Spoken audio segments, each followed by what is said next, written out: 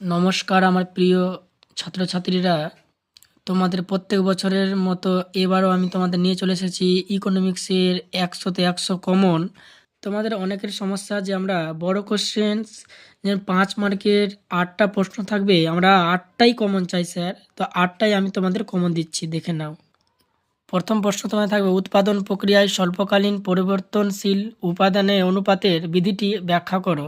অথবা তোমরা এটা করবে, উৎপাদনের মাত্রা বৃদ্ধিজনিত প্রতিদানের নিয়মগুলি ব্যাখ্যা করে। দুটোর মধ্যে তোমরা একটা প্রশ্ন অবশ্যই কমন পাবে, তোমরা নিয়ে নিবে। ওকে। তারপর 2 নম্বর প্রশ্ন, পূর্ণ প্রতিযোগিতামূলক বাজারের স্বল্পকালীন ভারসাম্য চিত্র সহ আলোচনা করো। এই প্রশ্নটা তোমরা অবশ্যই পড়ে যাবে, এই প্রশ্নটা কমন।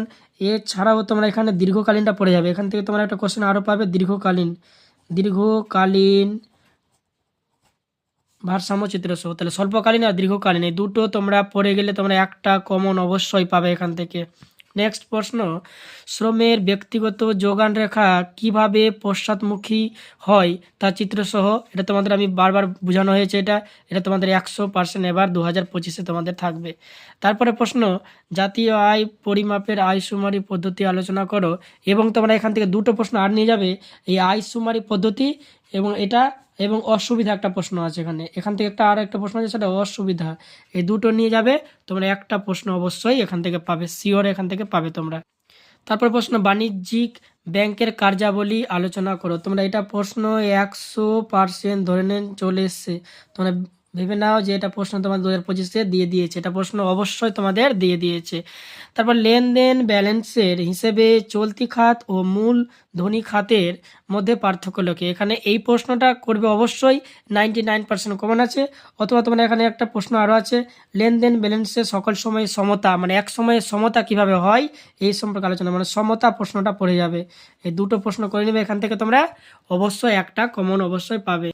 তোমাদের একটা সমক পার্থক্যের অঙ্ক থাকবে, এই রকমই রাশি দেওয়া থাকবে 5, 7, 6, 7, 8, 9, অথবা 10, 15, 20, অথবা 60, 64, 60, 64, 60, 64, এরকম 6টা রাশি দিয়ে একটা অঙ্ক থাকবে, বা 5টা রাশি দিয়ে একটা অঙ্ক থাকবে, সমক পার্থক্য অঙ্ক দেওয়া থাকবে। যদি রুট 2 দেওয়া থাকে তো ভেবে নাও এটা উত্তর দেওয়া আছে, রুট ভাঙলেও হবে না ভাঙলেও হবে।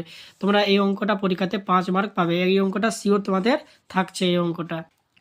আয় বৈষম্য চ্যাপ্টার থেকে যেটা থাকবে, একটাই প্রশ্ন তোমাদের কমন দিয়েছি, একটাই থাকবে, ভারতের দারিদ্র্য দূরীকরণের জন্য সরকারের পদক্ষেপগুলি আলোচনা করো। ভারত সরকার কি কি পদক্ষেপ গ্রহণ করেছে আমাদের ভারতের দারিদ্র্য দূরীকরণের জন্য, আয় বৈষম্য দূরীকরণের জন্য, এই প্রশ্নটাই তোমাদের কমন থাকলো। অথবা এই প্রশ্নটাও তোমরা একটু দেখে যাবে, ভারতের দারিদ্র্য টিকে থাকার কারণগুলি আলোচনা করো, বা টিকে থাকা বা বজায় থাকার কারণগুলি আলোচনা করো।